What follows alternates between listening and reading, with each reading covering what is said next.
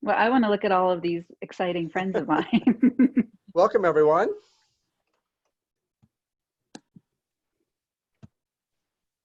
We're letting more people in, so we'll be a minute or two before we start.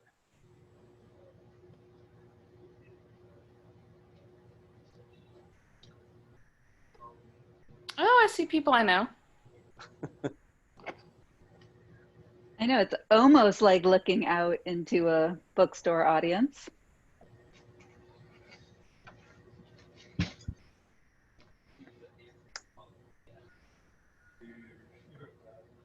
It's like looking into a bookstore audience at Faulkner, where somebody can only have 12 people at a time. Someone's not muted. Someone was going to not be muted. Way to bring it back, Starnes.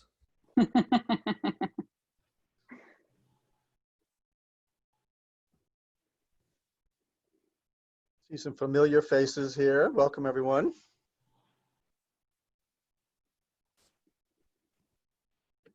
Well, why don't we get started?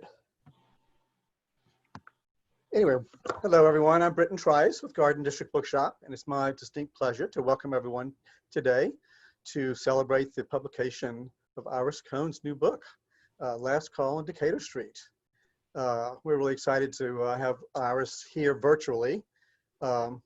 As a small independent bookstore, we normally do 80 or so events a year, and so now we've kind of turned over that to virtual events. And I think we have 4 virtual events this week and another 4 next week. So we're keeping busy with these, and hopefully it's gonna, get people to realize what we're still doing and how important it is to still keep the literary world going in this strange days.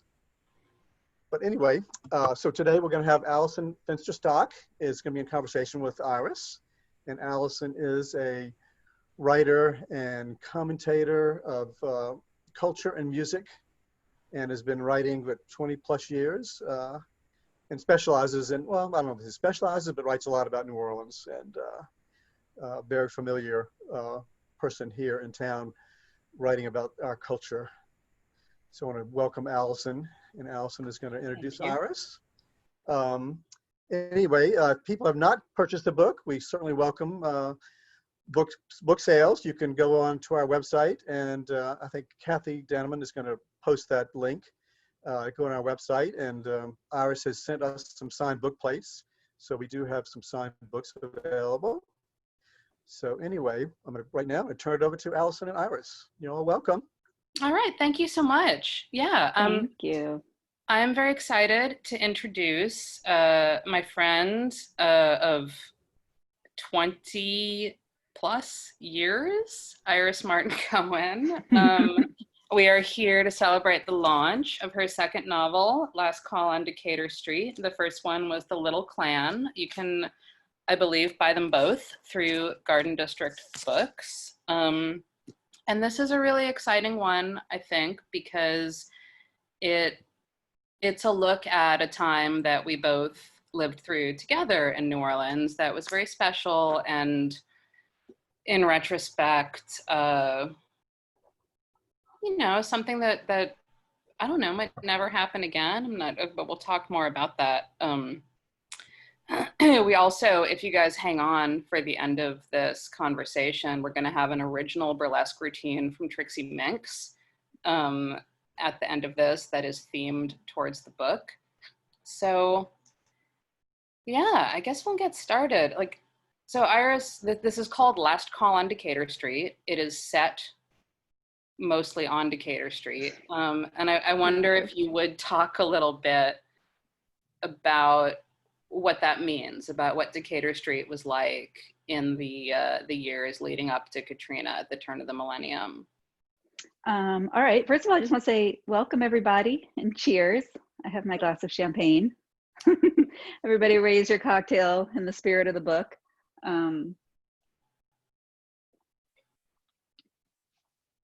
What was Decatur Street back then? Well,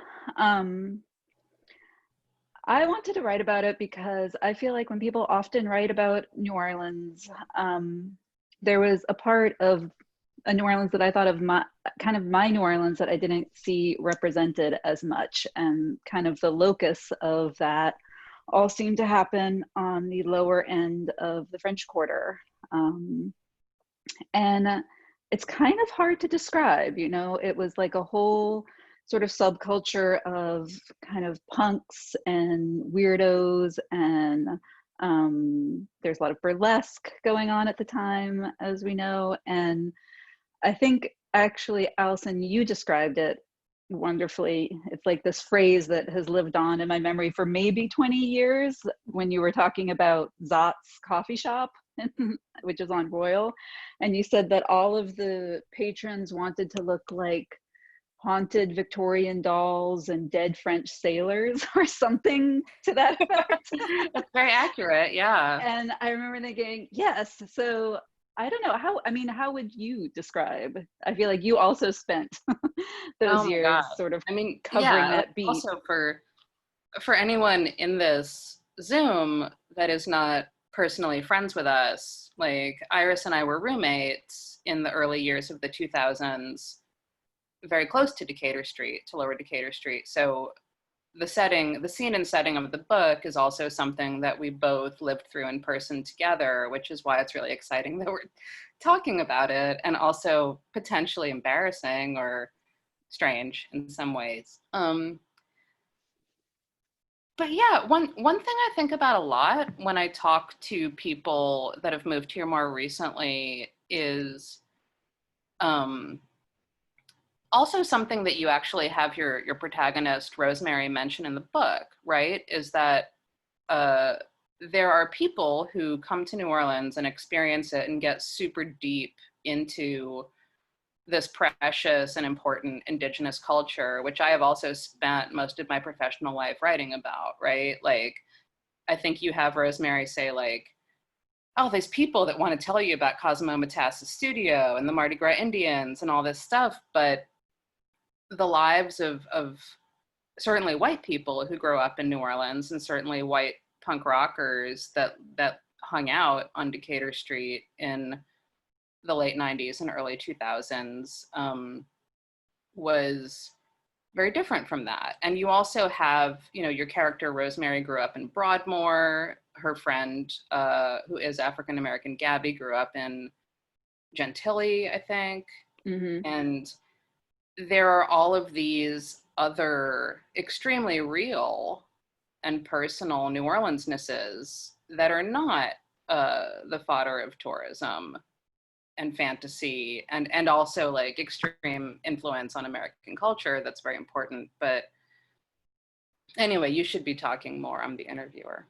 No, but I think what I was sort of pointing to in that book is that I often found myself in this situation of being at a bar, getting into a conversation with someone, and someone telling me, oh, you know, don't you know about, yes, Cosmo Matassis and his recording studio and all these rhythm and blues people? And that one I did know about because my dad liked to talk about it a lot. Or about the Mardi Gras Indians and St. Joseph's Day and all of these things. And there were aspects of New Orleans culture that I, just growing up, wasn't necessarily so familiar with, in this way that New Orleans, I feel like, divides itself up into all these tiny little microcosms, and authenticity, I feel like, is a big issue for people from New Orleans, and who is allowed to speak for whom. I know that when I started writing a book about New Orleans, I was very nervous. Like, maybe I don't know enough to tell the story, because there's all these levels of authenticity and New Orleans history and New Orleans culture that maybe I'm not totally familiar with, in the same way that people often come from out of town and immerse themselves in it, like you say, and become just like these encyclopedic knowledge of New Orleans culture, in this way that I was always kind of like, well, what do I know? I'm just from here. You know, maybe I can't speak to New Orleans. And I think with that also came a fear of overstepping somehow, or trying to lay claim to something that wasn't mine. Because New Orleanians do sort of guard their neighborhoods, their schools, their wards, their pasts, their histories very closely. And so I had a lot of just sort of anxiety about what stories I could really tell, and what stories I wanted to tell. So maybe that is what you're kind of alluding to.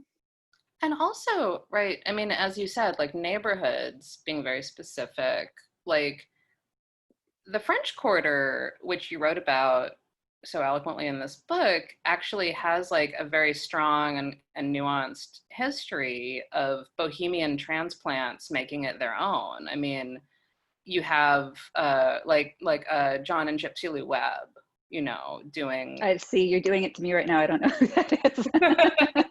Or, you know, or like yes, of course. And well, I'm like a French Quarter kid. well, no, that's what I was going to start to ask you about. But the French Quarter in particular has always been a space for, you know, bohemian natives, bohemian transplants to sort of create a new culture. I mean, you have, I don't know, like Lee Gru's poetry from the 1960s. She was someone that moved to New Orleans from Baton Rouge and wrote poetry about the beatniks hanging out at the sailor bars. And Bob Dylan spent time in the Quarter in the early 60s, and all of these literary magazines that flourished there, you know, I mean, really from like the end of World War I up until the period that you write about, you know, right before Katrina. It was a place for sort of loose, crazy, wild, artistic people from wherever to just be free. And that's what you write about.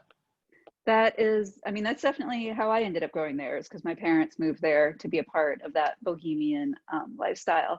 And I sort of allude to that in the book, in that Rosemary, she's not from the Quarter, but her mother used to go out there and was attracted to this whole sort of wild life that so many people love about New Orleans, the music and the nightlife.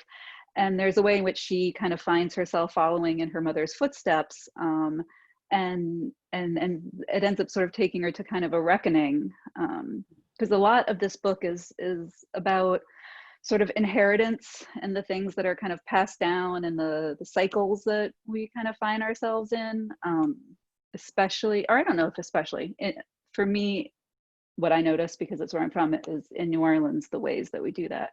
And so whether for Rosemary, it's sort of reliving this romantic ideal of bohemianism that the French Quarter represents for her, or the ways in which she sort of also unknowingly propagates these systems of racial hierarchy and sort of implicit bias that she is very well intentioned, but there are ways in which she just sort of repeats these cycles, unfortunately.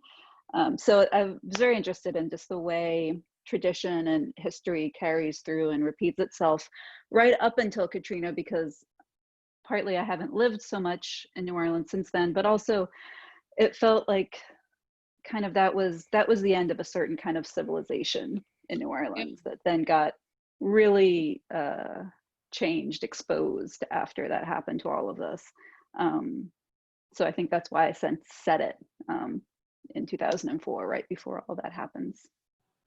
Yeah, and there's actually there's a really interesting scene between Rosemary and her mother, right, when they're watching the meeting of the courts on WYES. Oh, the tradition, the glorious. Everybody raise your hand if you watch Peggy Scott Laborde and Henri every year. That may need like a slight parenthetical aside for people watching that aren't from New Orleans, which is that at the end of Mardi Gras Day, everybody goes out all day Mardi Gras, goes on their wild adventure, their little personal odyssey, which in some ways this book kind of imitates that structure. You know, she goes out on this kind of debauched odyssey. And then you come home and you watch public access, where the meeting of the Mardi Gras courts, the old, rich social clubs, enact a pageant that's televised. And it's the most crazy 19th century Ku Klux Klan looking, like archaic. It's fascinating, and it's hard to look away from, especially half drunk and exhausted from being outside all day at Mardi Gras. And I feel like it really kind of brings everyone together at the end of the evening. but it's a moment that Rosemary and her mother have always shared. It's like their personal tradition at the end of each Mardi Gras day. Well, so the communication between them that I was thinking of, which is really brief, but I thought really powerful, is Rosemary tells her mother, like, you're not from here, but I have to be, or something like that. It's such a fascinating exchange, because the mother is one of those people that was drawn to New Orleans as a locus of bohemian fantasy and partying and wildness, and she's kind of disintegrating throughout the book, I guess partly because of that. And Rosemary is actually reckoning with everything it means to truly be from New Orleans. I thought that was a really interesting exchange. Yeah, well, one of the things that I find really fascinating and also partially toxic about New Orleans is its predisposition to fantasy, both in the way that it likes to create stories about itself, both for the people that live there and the people that are drawn to it. You know, it's where you come if you want to kind of live a pretend bohemian life, if that's what you want. You know, the living is easy, les bon temps roulés, we're this whole city that care forgot. But I think that there are real like human costs to that, and a real danger in sort of falling into the trap of romanticizing, particularly in this book. I was looking at the dangers of kind of romanticizing our history, which as a French Quarter kid, I grew up just loving the French Quarter and loving all these beautiful, beautiful buildings. And that's what so many people love about the French Quarter, is the history and the beauty of it, without quite fully reckoning with and acknowledging the fact that these buildings were built by enslaved people, and kind of the lack of dialogue that certainly used to be around that. And then the other way in which I think that kind of fantasy of New Orleans can become really dangerous is in alcohol. Like, it's a wonderful, beautiful party town where life is magical. And there's a lot of like casualties because of that. And so those were sort of the twin strands of inheritance that I wanted to kind of play with in the book. Will you talk a little bit about growing up in the French Quarter? I mean, as you yourself, you know, in your real life, what that was like with bohemian parents and being in the middle of all that, just with the innocence of a child?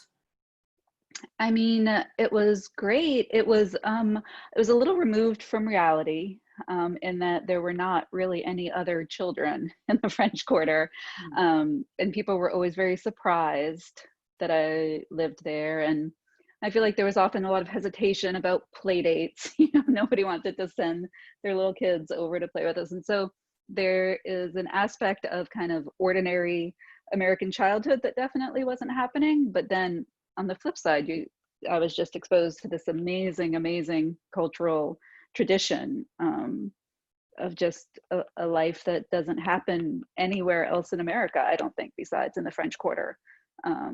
And just the beauty of the buildings. I grew up in the old Spanish stables, so my building dated from the Spanish, I was gonna say the Spanish occupation, but that's probably not right. It's a very French-oriented way to look at things, but from when New Orleans was a Spanish colony. So it was very special to kind of get to come of age while staring at these gas lamps and all of these balconies and all of this beauty and all this costuming, while at the same time, you know, stepping over a lot of vomit and seeing a lot of really, really strung out people on the streets, and sort of moderating between those two worlds of just being enthralled with your environment and being a little bit horrified once in a while.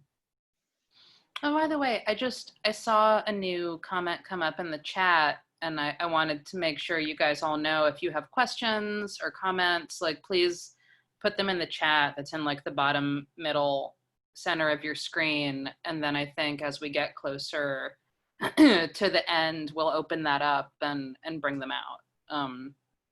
Like, I wish that we could have like a crazy, loud, wild conversation, like we were all in Molly's or something, but we'll have to make Me too. There's something especially tragic about this book, which is all about traveling through New Orleans and the special way that like one evening just sort of takes you through this journey where the person on the next bar stool ends up becoming, you know, your best friend, and this, you run into this person and that person. And I feel like there's this way in which on the right occasion, New Orleans can sort of pick you up and throw you into this trajectory where just unbelievable things happen by the time the night is over. And somehow talking about that on Zoom is like especially demoralizing. Yeah, no, if any book deserved like a loud, boozy launch party, I think it would be this one. So I mean, everyone raise your glass to that, I guess. Like,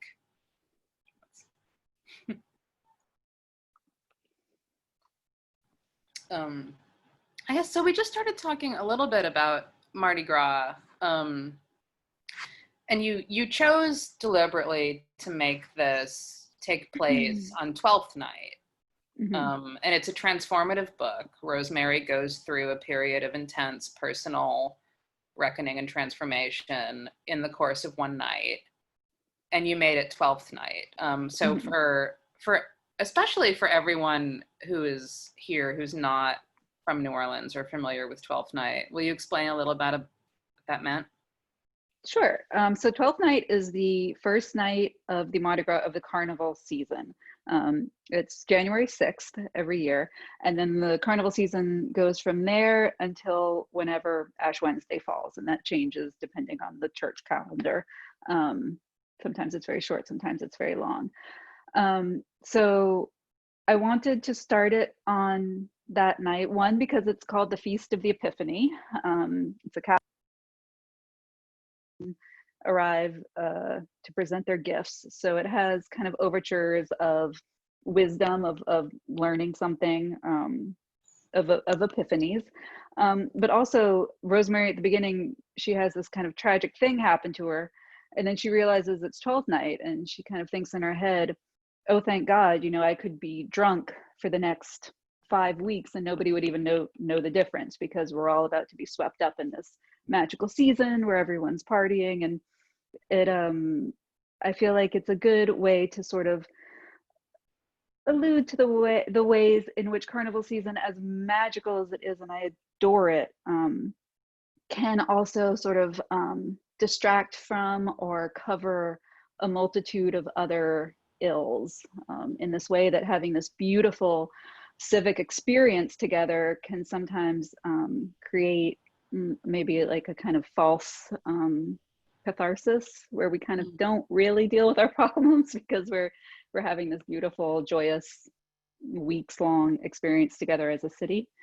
So, and also 12th night, it's like a way to do Mardi Gras, but for locals. You know, I feel like most people out of town don't even know the holiday. So for me, it was a way to talk about Mardi Gras and the Mardi Gras season to the people that know.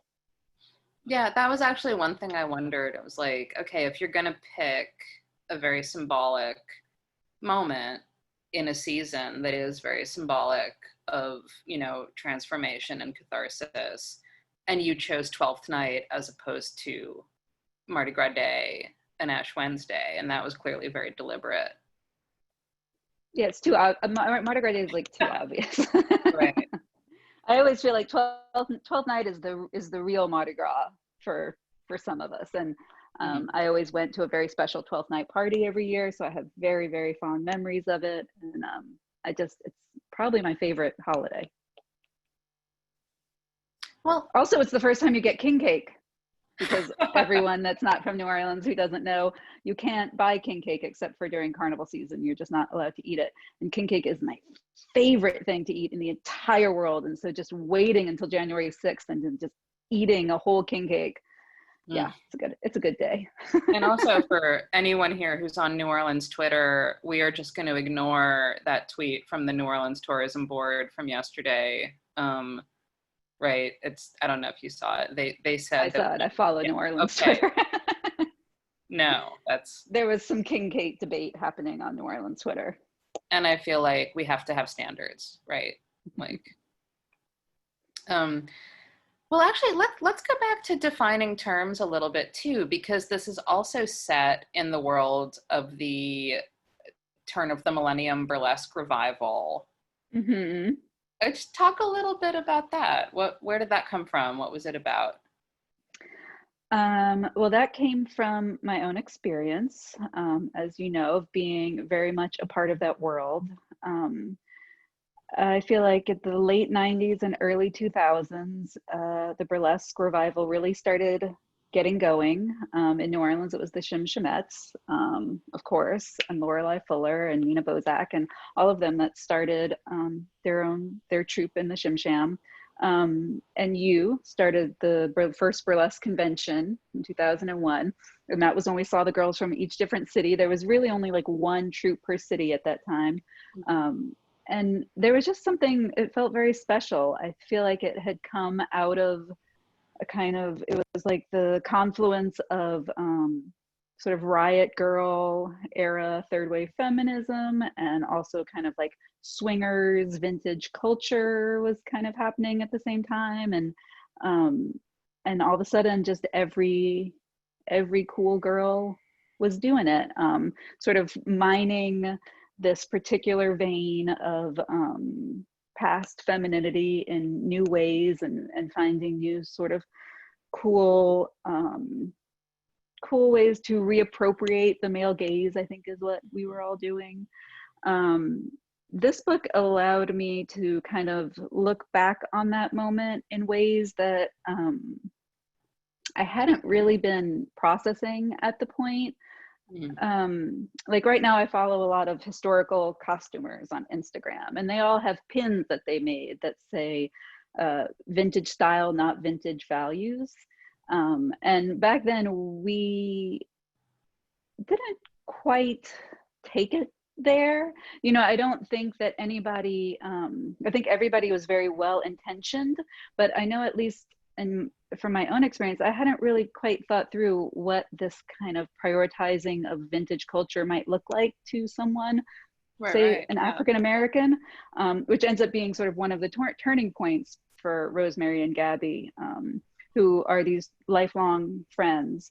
And the book follows kind of the devolution of their relationship, often because Rosemary is failing to see or unwilling to look at the ways in which she is not really taking in Gabby's experience. And part of that is her engagement with all of this very vintage culture, and the way that that kind of might look different from someone from a different background.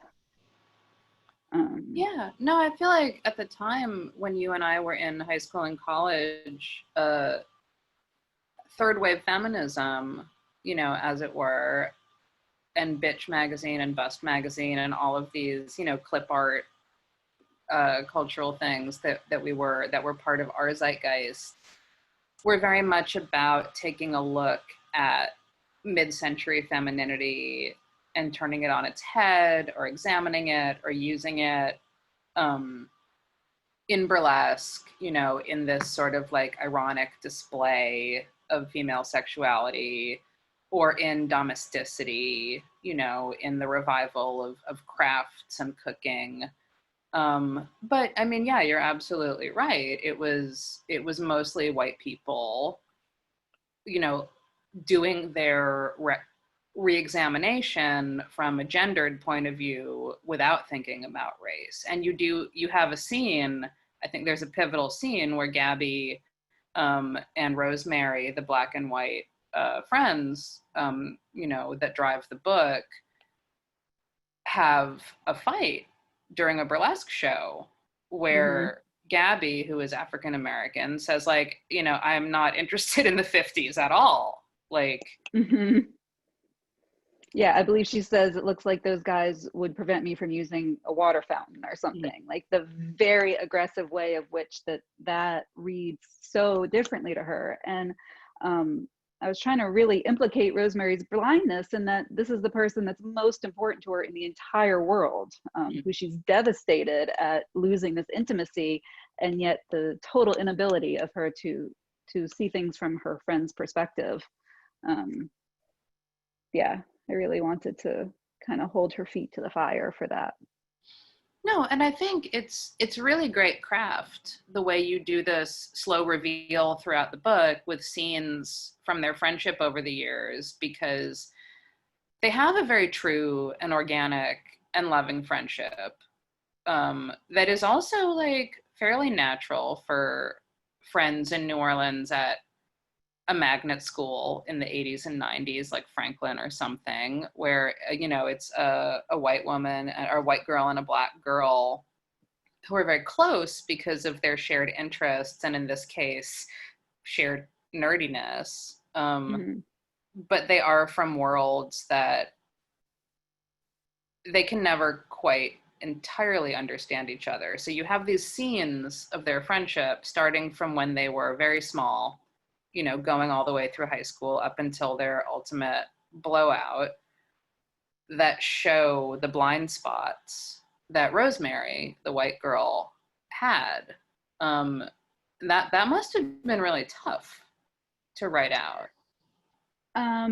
It's interesting because when I found in my first series of readers, people often reacted very strongly because in a lot of ways you're reading the book and sympathizing with Rosemary because she's a mess and she's making a ton of terrible decisions and you know, booze and men, and she's just all over the place. But throughout you kind of sympathize with her. She's not all bad.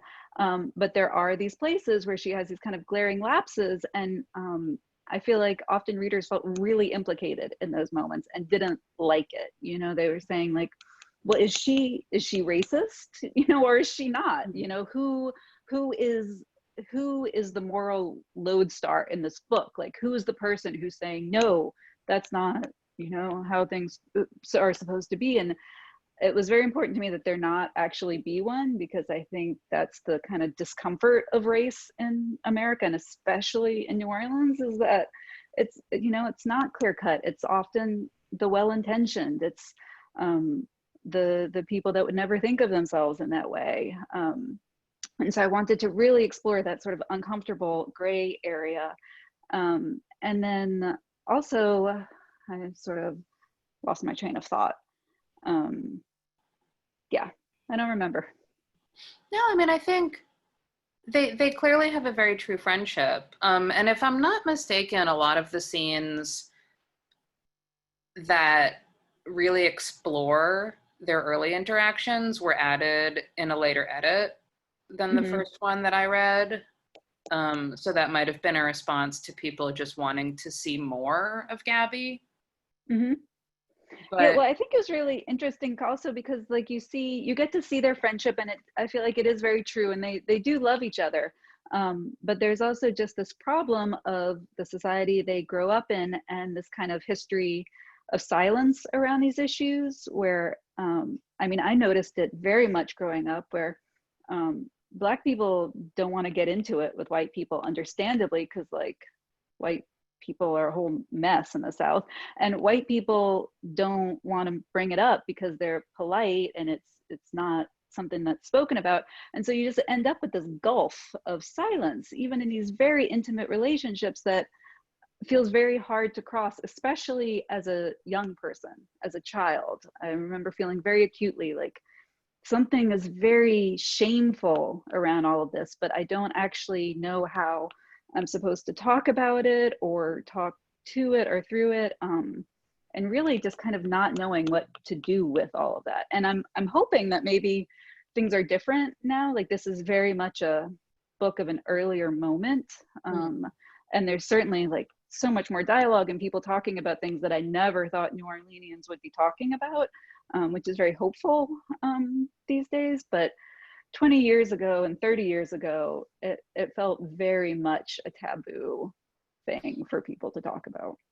No, and I think, I mean, that's why the timing is so powerful. I know it is set in the early 2000s, you know, the period where Rosemary is an adult and having her transformative night. I know it's set then because that is the Decatur street that both you and I lived on in our early 20s. But I think, as you said when we were talking the other day, it's also sort of a last moment before this huge curtain got torn back after Katrina, you know, and we all had to face the tremendous inequity and violence that was happening in this city against the people whose culture make it run, right? And Like, I think even more, I mean, it was like, you know, the shame of it was not that it was suddenly revealed, but the extent to which everyone had sort of collaborated on keeping that curtain drawn. I mean, like, oh, New Orleans, we just love, you know, the good life, and we all just get together and play music, and it's all fine. yeah. And then it was sort of like our shame was there on television in ways that no one could ever pretend wasn't happening again. Yeah. But my book is pretty cheerful. I mean, it's not like, It's also, it's you guys, actually, it's a fun book. it's a a fun lot book, about too. getting drunk in bars and putting up with guys in bars.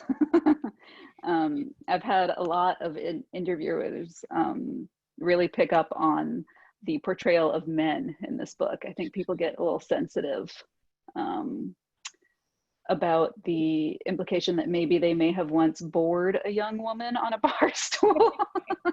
Oh no, those are some of my favorite scenes. Is Rosemary reflecting on how much men like when you ask them to explain something to you in a bar. Like, It's something that she's really figured out. And so she does it a lot, but it's kind of fun to also get her kind of interior monologue through all of that. Because I also kind of wanted to get to write about, you know, it's like in film noir, you always have these hard-boiled ladies that I always thought were so fascinating and riveting, but it's so rare that it's from their point of view.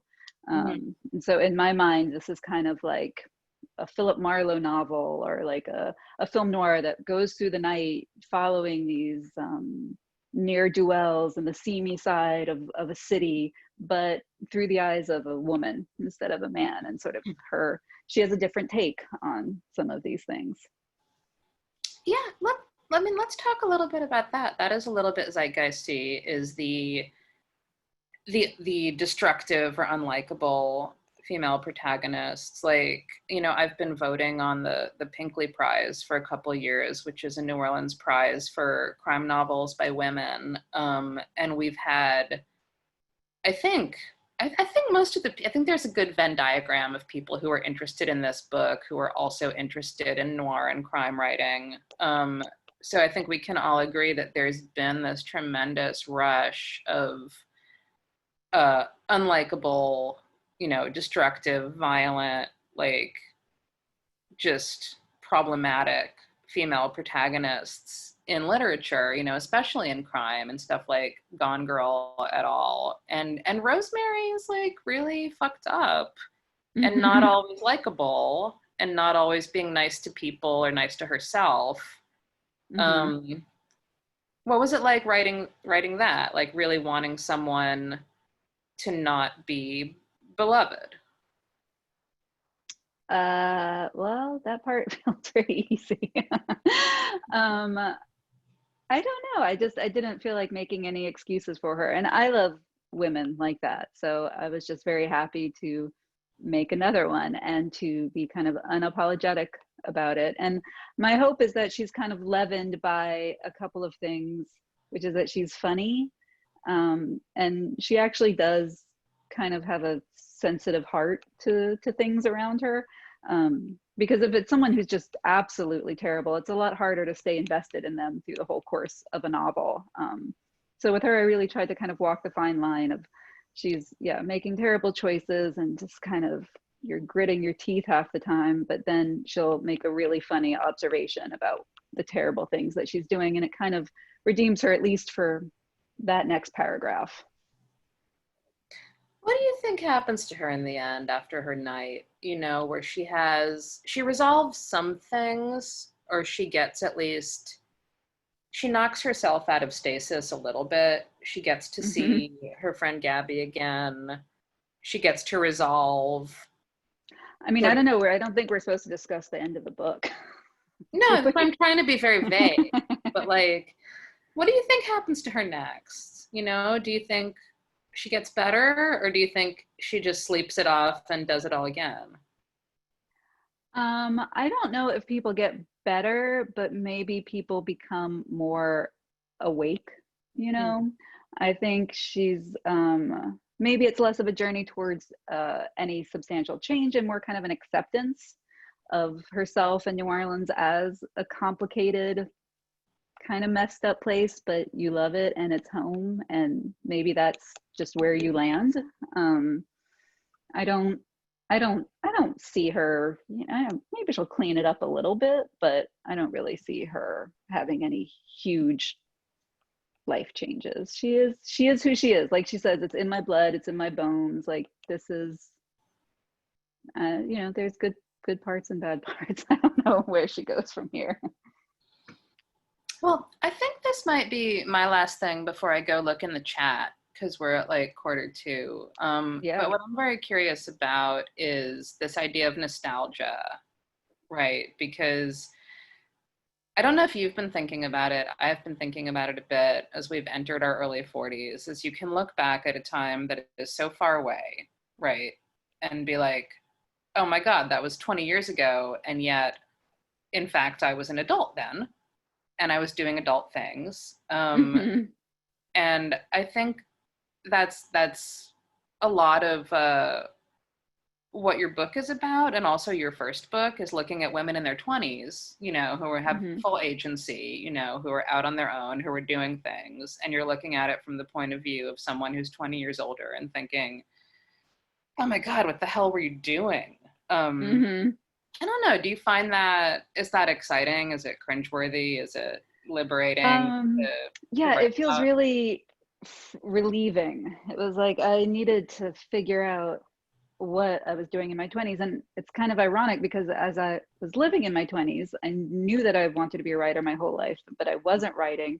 And so I had kind of just landed on this position of like, I'm making fodder for my future books. And I did that very, very intensely, which was a pretty good strategy, it turns out, because now I have a lot of material to mine. But yeah, I'm just working through all of the crazy stuff that I did. And I seem to be on a 20-year lag. I can't even imagine writing a book about a 35-year-old right now. It's like, seems impossible. I have no idea. So I guess it just takes me 20 years to have enough distance to look back and be like, oh, okay, that was really messed up. You know, you're not a terrible person, but you made some bad choices.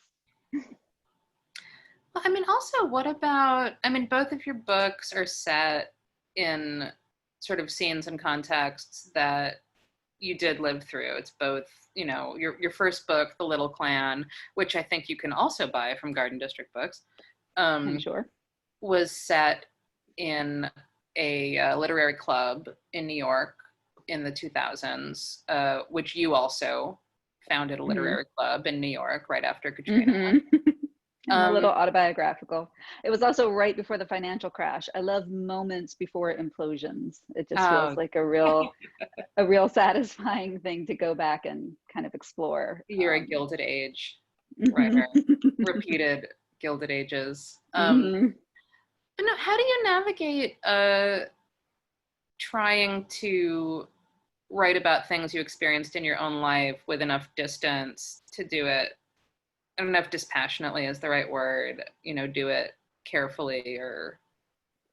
Yeah, I think it just takes 20 years, honestly, before I can have enough space to make it into anything worthwhile. Because it does take a lot of distance to turn life into art. Life is messy and sort of doesn't have a clear narrative arc, and certain people are too ridiculous to be believed even in fiction, and you know, so you need a lot of space to be able to pick and choose your aspects and then weave them into something new, and I really think it's just time, or at least it is for me.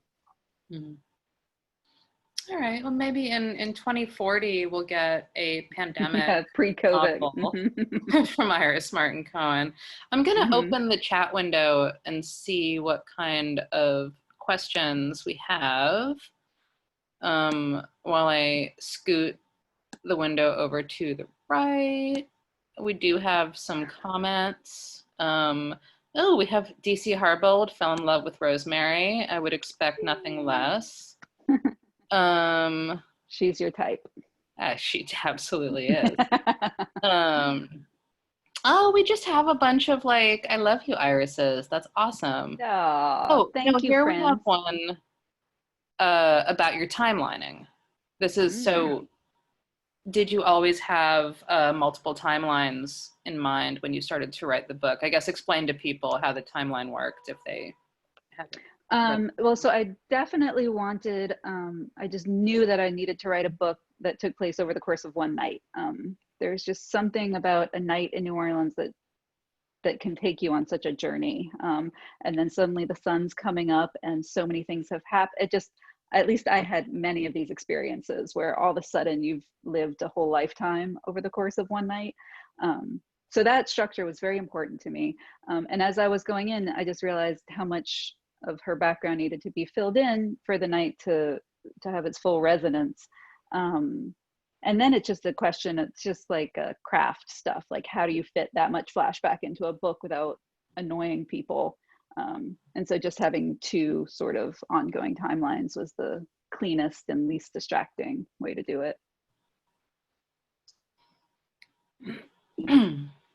Oh, okay. We have like, you can see the comments too. I'm like reading them to you. We have, well, I don't have everyone. them.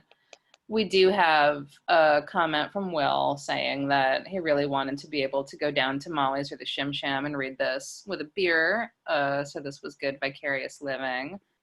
Well, we're about to show everyone the Shim Sham in our fantastic video.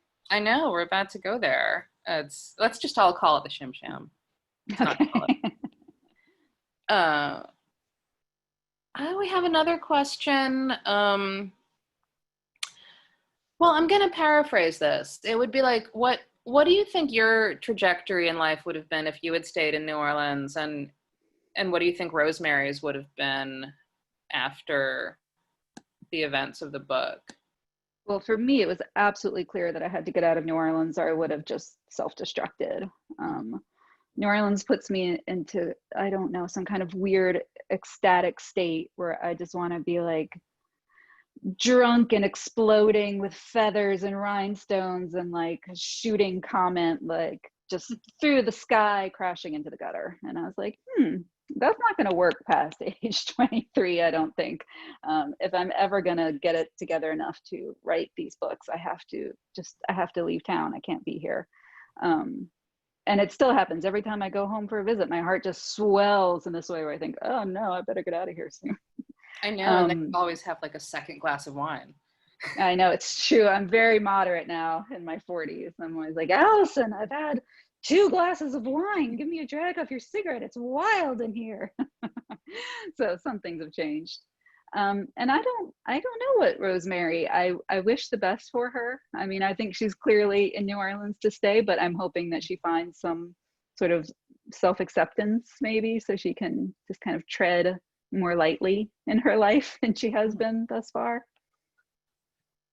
Oh, we have a DC wanted to know now we have one from Edith too. DC wanted to know what bar you imagined Rosemary to be dancing in. For some reason, it certainly wasn't the Shim Sham because she's not fancy enough for that. They're kind of ragtag. And at the time, there wasn't any place else that was doing burlesque. But in my mind, and I don't know why, it was Harry's Corner on Charter Street. Oh, nice. Which is an absolute dive and doesn't look like I described it in the book. In the book, I was describing the Matador or the Shim Sham. But in my mind, she was always on a sort of broken stage at Harry's Corner. I don't know why. Yeah, no, and there were, because I'm sorry, DC, you're being very active in the chat. Like, DC will remember that there was a lot of burlesque happening at places like Igor's Buddha Belly and the Mermaid, where we danced with the Sophisticats. It was places that were absolutely not set up for a stage show. That's where I picture her. Well, yeah, we have our question from Edith is, how did your memories of your 20s affect you as you wrote this book? Which I think we did talk about, but I don't know. Did you find yourself sort of accidentally swimming in weird nostalgia while you were writing? Like, did you get weird or? It was less nostalgia and more sort of heartbreak. It was very like emotionally exhausting. Like I really went back into that sort of emotional space of kind of being a really kind of confused and self-destructive young woman. And I wrote it very quickly and very intensely. And so it was just really re-entering that place in my life very acutely. And then I was very glad to finish it. It's like, oh, no, I have like children, I'm 40, everything's fine. I'm not living like that anymore. So it felt intense. I'll say that. Actually, the one thing I forgot to ask, which I will ask because I do love it, is the way the title evolved. Because I think you had a beautiful original title, Nocturnal Creatures, but then Last Call on Decatur Street is also pretty great because at least all of us here know there is no last call on Decatur Street. So it has a built-in irony. Yeah, I originally wanted to call it Nocturnal Creatures because I did want to be describing this kind of whole nocturnal ecosystem that happens in New Orleans. And there's a lot in there about the plants and bugs and animals and the way that there's a whole other world once the sun goes down, a kind of ecosystem of the French Quarter. But everybody thought it was too non-specific. So then I was trying to think of a New Orleans title that wasn't like jazz alligators, party time. And so we landed on Last Call, which has a nice kind of like, this is where things are going to change. It's time to go home and deal with stuff. It's last call. And it also provides the kind of ironic joke for anybody that knows that the Abbey is never going to call last call. Yeah. Well, I mean, I love that because it's a book. It's something that can appeal to a wide audience and also have a little wink for people. Oh, here. I just realized the Abbey probably did call last call because there's a pandemic and it's all shut down. Oh, well. Oh, that's so sad. I mean, I wouldn't go knocking too hard on that door. I don't know what I would find there. Oh, Will, thank you, Will. Johnny White's closed. Yeah, let's all how about we cheer up by watching an original video of Trixie Minx inspired by Last Call on Decatur Street by Iris Martin Cohen. So these are the actual locations for people that don't live in New Orleans. This is, okay, well, shut up.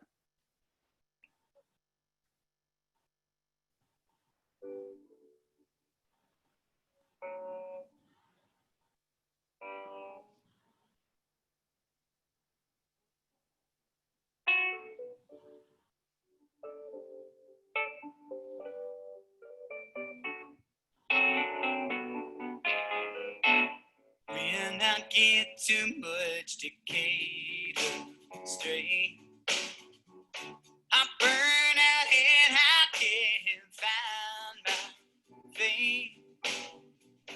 I take you night to dance is the name. I'm thinking about my Mississippi, baby. Honey, you know that you look so fine. Let's go to Whole Foods and let's buy some wine. Girl, you know how toss a salad too. I'll write a song about me. Oh, hey, hey, hey, and you ever not kept at that ball house with Michael Evans spinning figures around. He played a song that said this much is true. Some lucky bastard's gonna make you. Tomorrow morning I'll be gone, of course. Can't stay away from that damn night war. But I'll be back before the season.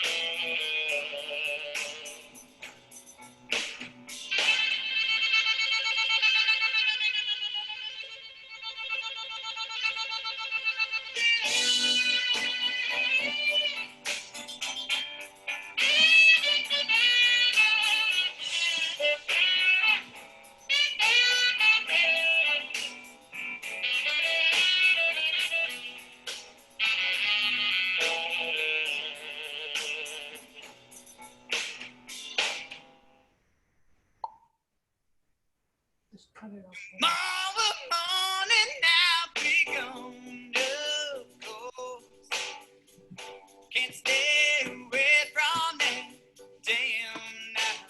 Oh, but I'll be back before the season's through. Just when the leaves are falling.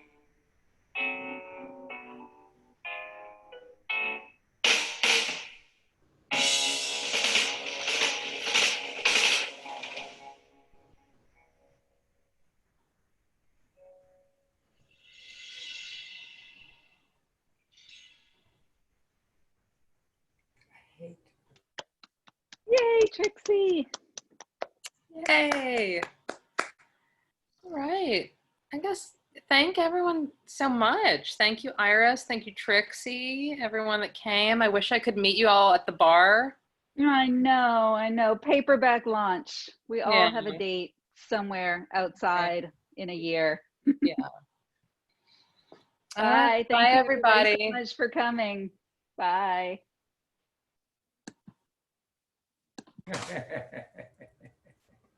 Written